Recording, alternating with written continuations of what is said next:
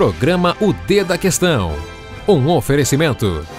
Unikitchen, M2 Marmoraria, Piso Prime, Comercial Estevan.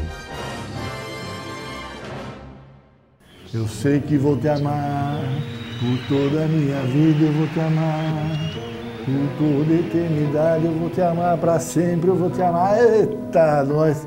Olha, o programa de hoje, o D da Questão, né? Cheio de amor, cheio de alegria. A gente recebe Glauber Piva, pré-candidato a prefeito do PT.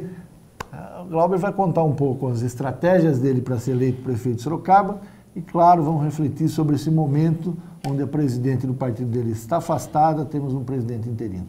Não sai daí, já já aqui no D da Questão.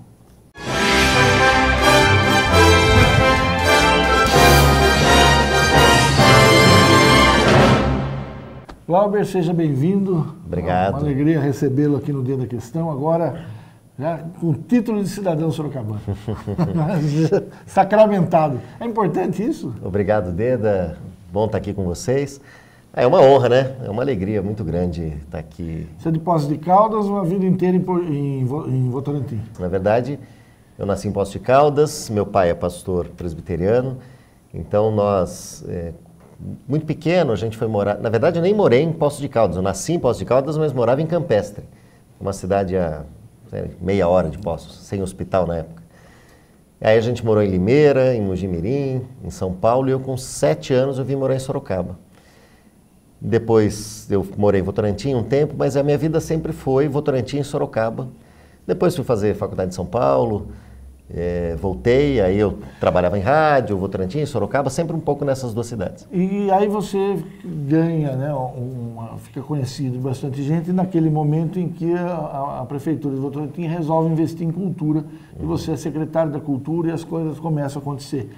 Como é que você vai de Votorantim para Brasília no governo Lula? Você sabe que é engraçado, né? A gente toma algumas decisões na vida que marcam para sempre. Naquele momento que o Caçola e o Pivetta ganharam em Votorantim, eu estava fazendo mestrado em São Paulo, em Sociologia na USP, e o Caçola me convida para ser secretário de Cultura.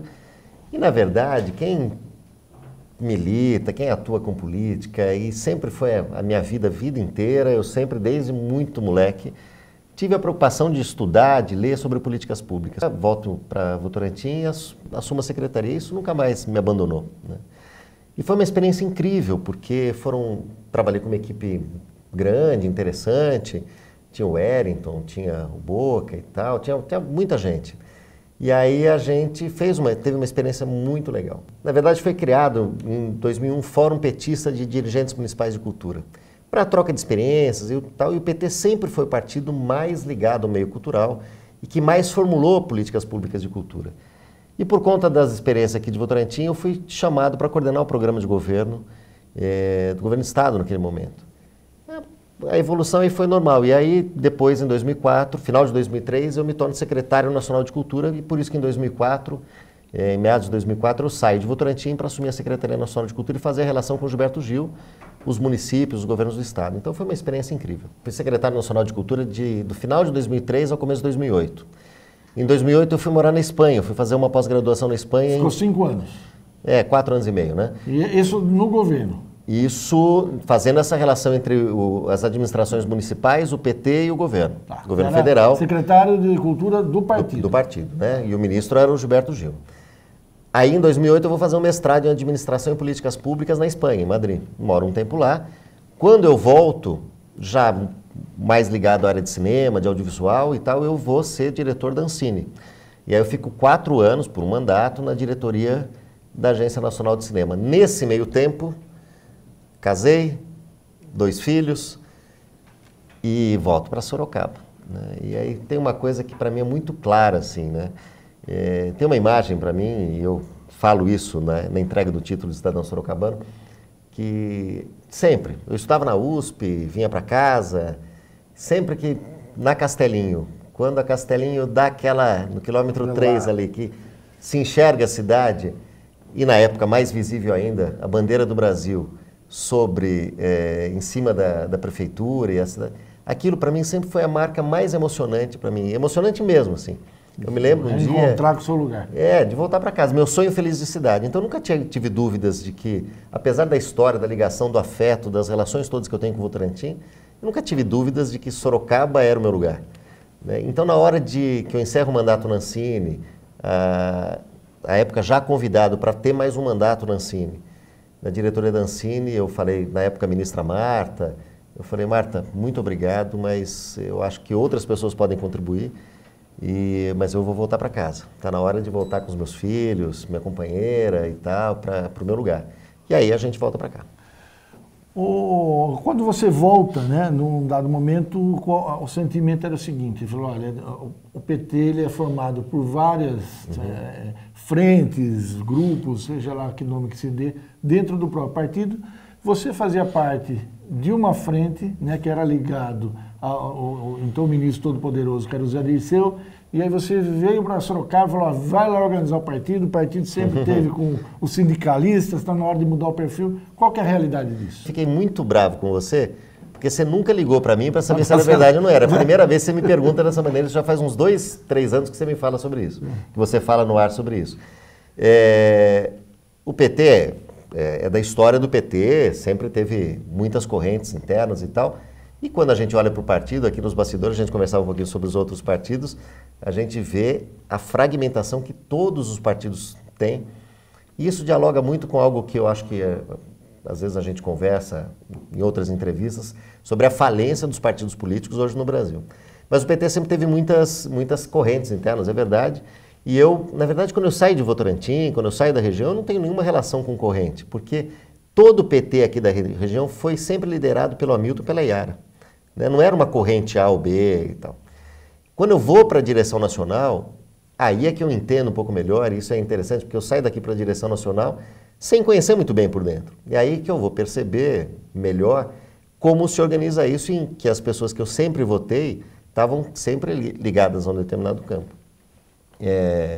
E aí tinha o Zé, tinha o Lula, o Mercadante, o Genuíno, o Suplicy, figuras muito interessantes com quem eu sempre me identifiquei, e ali meio que me organizo internamente. Mas é muito interessante, porque eu sempre tive um trânsito muito grande por todas as correntes, um respeito muito grande, porque a minha atuação, primeiro, na área de cultura, segundo, sempre foi formulando muito, sempre escrevendo artigos, sempre escrevendo para muita gente, formulando ideias, o que me ajudou, por exemplo, a escrever algumas teses internas do partido e tal, me obrigava a fazer um trânsito muito grande entre todas as correntes.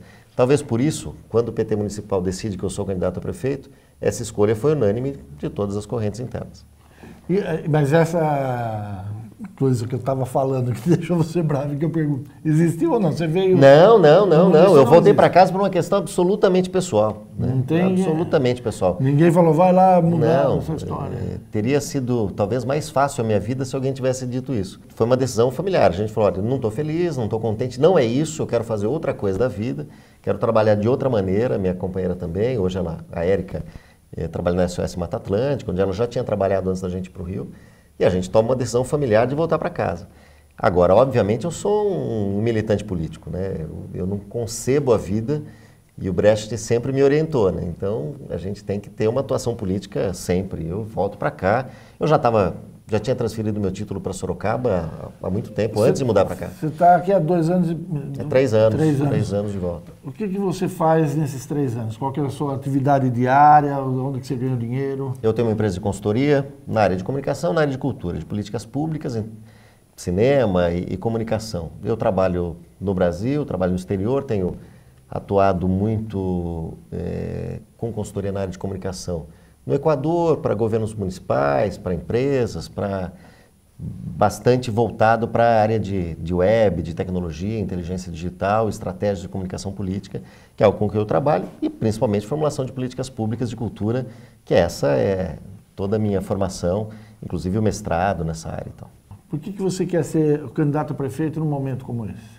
Bom, acho que isso é uma soma de coisas. Primeiro, é a percepção de que a cidade passa por um momento muito grave. Né? Talvez pudesse falar de desgoverno. É um momento de uma falência total da gestão e das esperanças dos sorocabanos. Sorocaba, que é uma cidade que sempre me deu muito orgulho, muita alegria. E hoje você vê uma carência, uma fragilidade muito grande.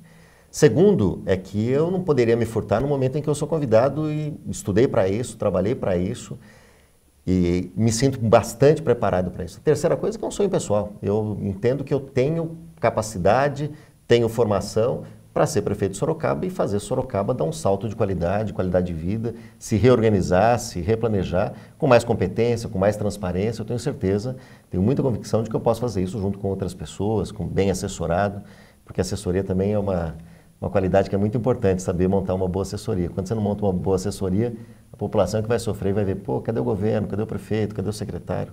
Isso é um problema grande. Bom, a gente está conversando com o Glauber Piva, pré-candidato a prefeito de Sorocaba pelo PT. A gente vai para um rápido intervalo e na volta vamos ver quais são esses desejos, esses sonhos que ele pretende como prefeito fazer para você. Já já a gente volta.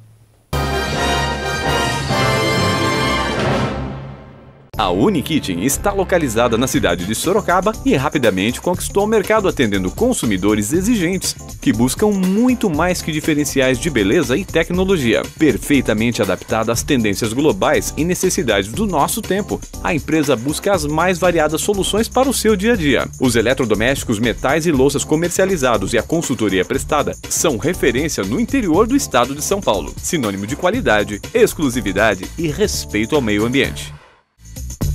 M2 Marmoraria. 10 anos de compromisso com a beleza e a sofisticação. Rua Mário Tami, 52, Jardim Além Ponte. Próximo ao Extra Santa Rosália. 3237-3030. Sorocaba. m2marmoraria.com.br.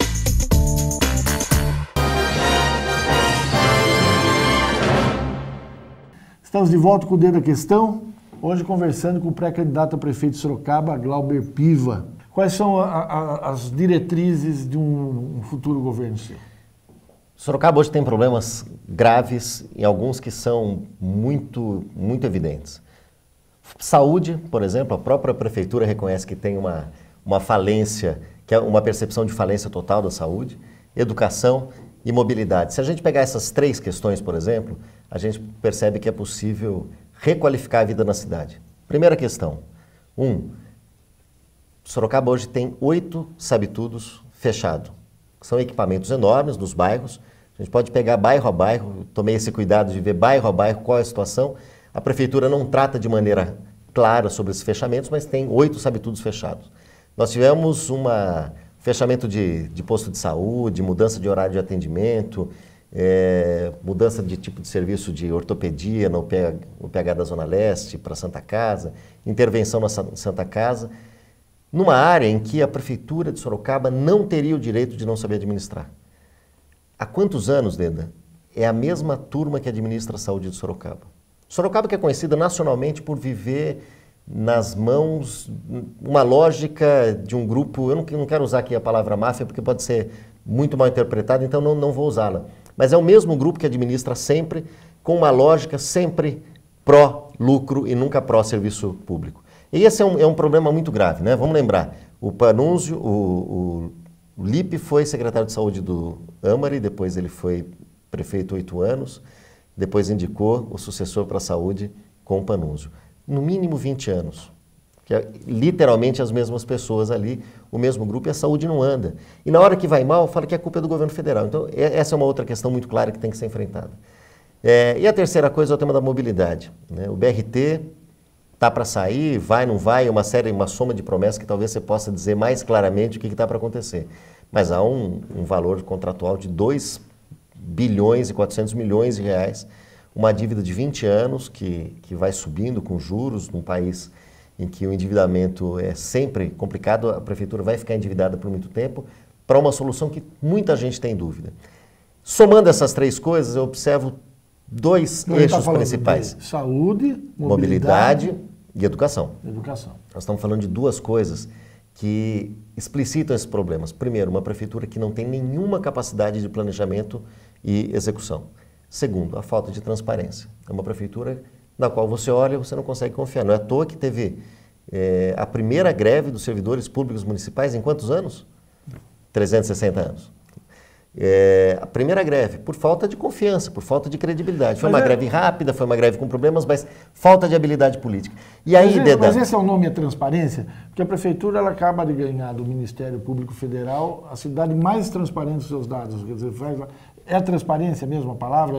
Que transparência é essa que falta? Se esses dados estão lá online, o Ministério Público Federal reconhece? Bom, eu não sei como são feitas as salsichas, então eu não sei como é que são produzidos esses prêmios. Agora, transparência é o prefeito, por exemplo, ir na inauguração do ginásio de esportes no Cajuru, olhar nos olhos das pessoas e saber ouvir as pessoas. E não sair brigando, subir a arquibancada, vocês sabem do que eu estou falando, e arrumar confusão. Transparência não é só apresentar os dados, é que esses dados sejam credíveis, né, que as pessoas possam acreditar neles e enfrentar realmente, claramente os problemas. Hoje, Sorocaba tem esse problema. Por exemplo, Plano Municipal de Educação. Eu fui um dos 500 e tantos delegados, 540 e tantos delegados, que participaram 2 finais de semana seguidos do Getúlio, das 9 da manhã às 10, 11 da noite, debatendo metas para a educação. A prefeitura pega isso, assume um compromisso público, tem vídeos que circularam, que estão no YouTube, qualquer um pode ver, né? Assume um compromisso público de pegar o resultado da participação popular, colocar em termos e mandar para a Câmara, e faz aquilo que muitos chamaram de golpe. Golpe é uma palavra que hoje está muito na moda, e faz um documento completamente diferente. Um documento sem transparência, feito em gabinetes, alterando normas, alterando propostas, alterando metas, criando metas novas. Isso não é transparência, Deda. Quando você pega a participação popular, leva para a tua casa, faz tudo diferente, apresenta na Câmara à 1 da tarde, um projeto de lei votado às 4 da tarde, pior, esse projeto tem 10 anos de vigência. Só que os sabe-tudos que estavam previstos no Plano Municipal de Educação aprovado no ano passado, já foram fechados 6 meses depois. Isso não é transparência, isso é desrespeito à lei, isso é, no mínimo, falta de planejamento e de competência. Essa é uma questão. Agora, tem uma outra questão que, para mim, Deda, é muito grave, muito grave. Se chama plano diretor, que está pendurado, né? Está pendurado na parede. O próprio Ministério Público falou, ó, isso aqui está irregular. E o procurador não julga lá. Pediu uma DIN dele, desde novembro, mudou o procurador, está lá. Uma hora ou outra vai acontecer. Esquisita, né, essa situação, esquisita. O que é o plano diretor? Talvez as pessoas não saibam. É uma lei que trata da cidade, que prevê como a cidade vai expandir, quais são as zonas comerciais, de bairro onde é zona rural, etc. Tal. Esse é um plano importante. Sorocaba tentou refazer o seu plano diretor muito rapidamente. Em 2012, passou a eleição, Panunzio ganhou a eleição, o Lippe mandou em caráter de urgência, um plano diretor que não foi aprovado, que teve uma mobilização. Essa mobilização durou 3 anos. Em 2015, muito de afogadilho, de uma maneira muito, diria, suspeita, foi aprovado um plano diretor. Na Câmara. Na Câmara, que impermeabiliza muito a área da zona da Raposo Tavares, Caputera, Brigadeiro e os fundos da Zona Norte, entre a Zona Norte Habiteto ali e a Toyota. Isso daí vai gerar o quê? Mais impermeabilização de solo, mais asfalto, aumento no custo do serviço público. A prefeitura não fala que está endividada, vai ter que levar mais asfalto, mais posto de saúde, mais escola, mais hospital e gerar mais enchente, porque vai impermeabilizar, vai aumentar a velocidade da água que vai cair na calha do rio e vai gerar mais enchente no Vitória Regia 3, por exemplo. Agora, o que a gente está falando é o seguinte, quer dizer, a gente tem uma visão de mundo e você quer outra visão de mundo para a administração. Bem colocado, Dede. Eu ouvi você falando sobre isso na rádio esses dias. Bem colocado. Eu acho que nós vemos aqui no Brasil um momento de enfrentamento de visão de mundo, né? De sistemas de pensamento. O que a gente quer de verdade? Sorocaba tem 6.825 famílias na zona de extrema pobreza. Não é possível que uma cidade que tem o PIB que Sorocaba tem, que tem a economia que Sorocaba tem, a prefeitura não consegue fazer uma busca ativa, porque é isso que se trata. Política pública a gente chama de busca ativa. Você vai até a pessoa, você não espera ela procurar a prefeitura. Não espera procurar um vereador que vai arrumar uma cesta básica, não. A prefeitura tem que fazer uma busca ativa, localizar essas 6.825 famílias e desenvolver uma política pública específica para elas. A prefeitura de Sorocaba não é possível. Isso se chama desigualdade social. Se a prefeitura não consegue enfrentar a desigualdade social do seu município, não serve para nada. Porque fazer asfalto, posto de saúde, construir escola, qualquer um tem que fazer, Deda. Seja de direita, de esquerda, do PT, do PSDB, do PMDB, do PSOL, qualquer um tem que fazer. Isso é melhorismo, que eu costumo chamar.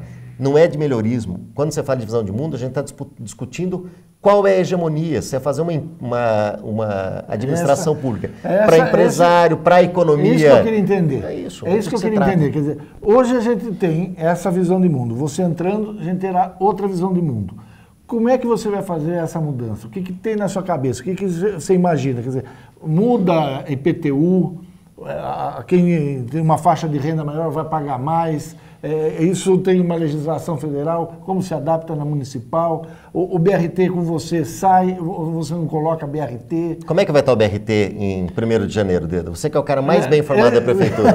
Como é que vai estar? Olha, o BRT, provavelmente as obras se iniciam no período da eleição, dias antes, né? Eleição dia 2, 3 Não é surpreendente isso? Pois é, ela começa 10 dias antes, final de setembro. Então, o contrato, mês de maio, ele deve ser assinado, 60, 90 dias assinado com a Caixa, com o governo federal, e aí é liberado esse financiamento para o único consórcio. Você não está querendo dizer que é uma obra eleitoreira, não é isso? O que eu estou dizendo é o seguinte, que se levou, é uma discussão de 2012 que ela volta para 2016. Você, prefeito, você vai levar essa empreitada adiante ou não? Ou não é o momento de saber? BRT vale... Daí tem duas questões. Enfim, BRT vale. Tem contrato assinado, o contrato tem que ser cumprido. Isso que eu ia falar. Então, BRT é ruim. Fala de tudo isso. Fala de plano diretor, fica igual, você muda. A questão dos impostos fica igual, você muda. O que em essência, que visão de mundo você coloca? Eu vou ser muito objetivo, porque daqui a pouquinho acaba o nosso tempo. Primeiro, o BRT. O BRT em si é ruim? Não. Há muitas cidades do Brasil, do mundo, que tem BRT. BRT é um sistema bastante interessante. Eu conheço o projeto do BRT, eu conheço o que foi contratado. Eu tenho muitas dúvidas da eficiência desse projeto, né? Vai começar as obras para tornar obrigatório. Eu fico muito incomodado com isso que a gente ouve na mídia todo o tempo, de que há um conluio em todos os governos, em todos os níveis de governo, entre construtora, eleição, governantes e legisladores. Isso me incomoda muito. Mas no caso específico de Sorocaba, uma vez contratado, a gente tem que tomar uma decisão que gere o mínimo de prejuízo para a cidade.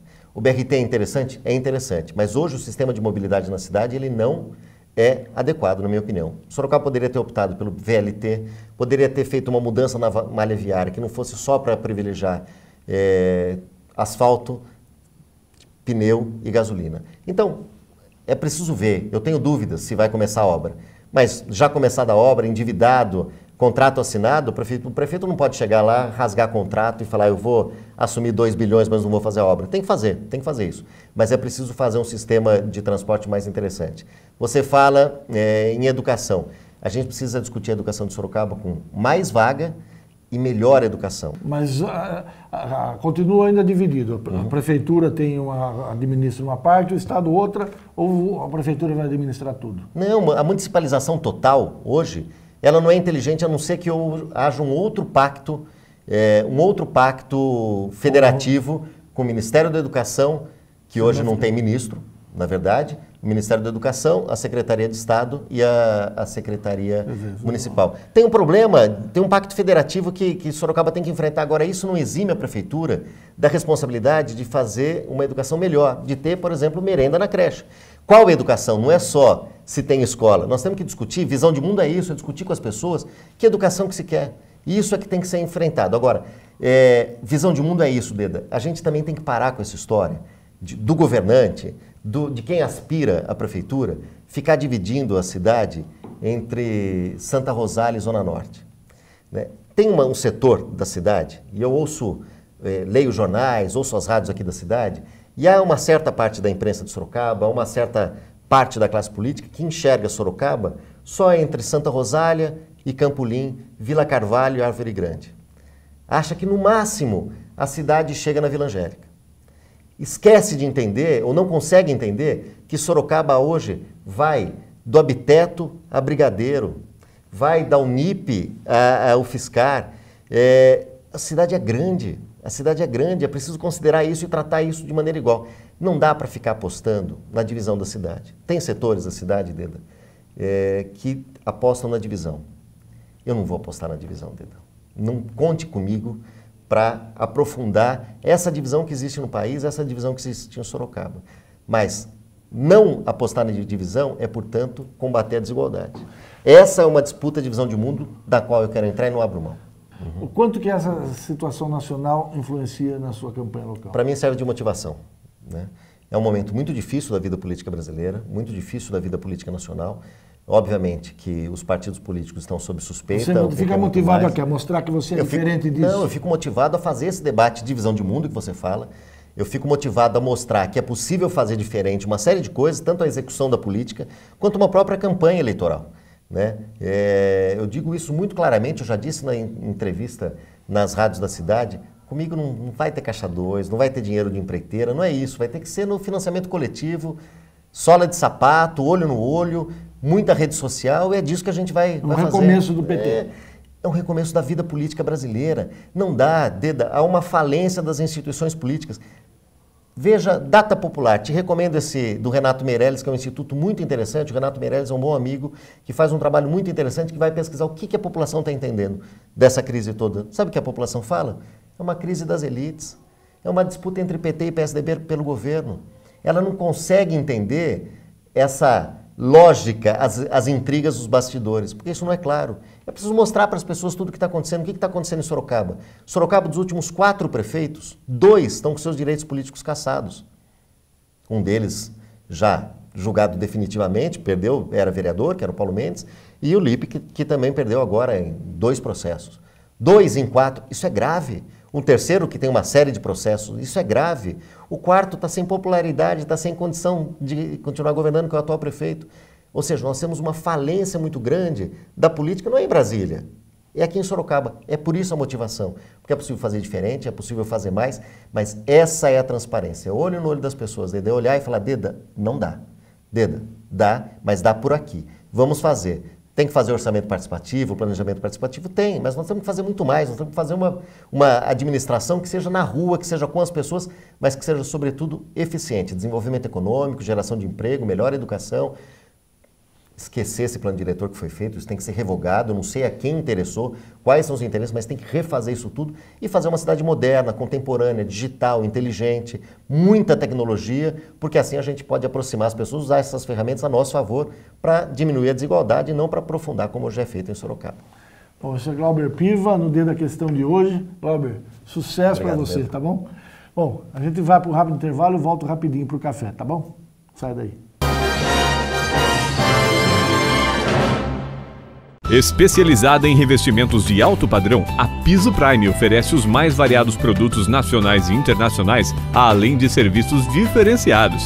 Através de um atendimento personalizado, o cliente encontrará as melhores opções e as últimas tendências e novidades para os mais diversos projetos. Cerâmicas e porcelanatos nacionais importados, pastilhas em vidro, cerâmica e aço inox, mosaicos em mármore, coco, madeira, pedras naturais e vidro, ladrilho hidráulico, pisos e revestimentos cimentícios e atérmicos para piscinas. Cubas especiais, cerâmica natural e decorada, revestimentos exclusivos. Procurando móveis para escritório? A Comercial Estevam tem as melhores marcas e muitas opções. Faça uma visita e conheça a mais completa loja de mobiliário corporativo em Sorocaba. Consultores à sua disposição.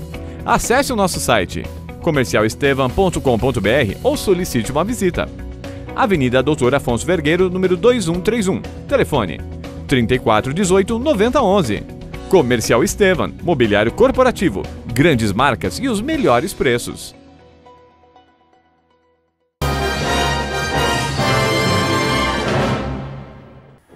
Tchau.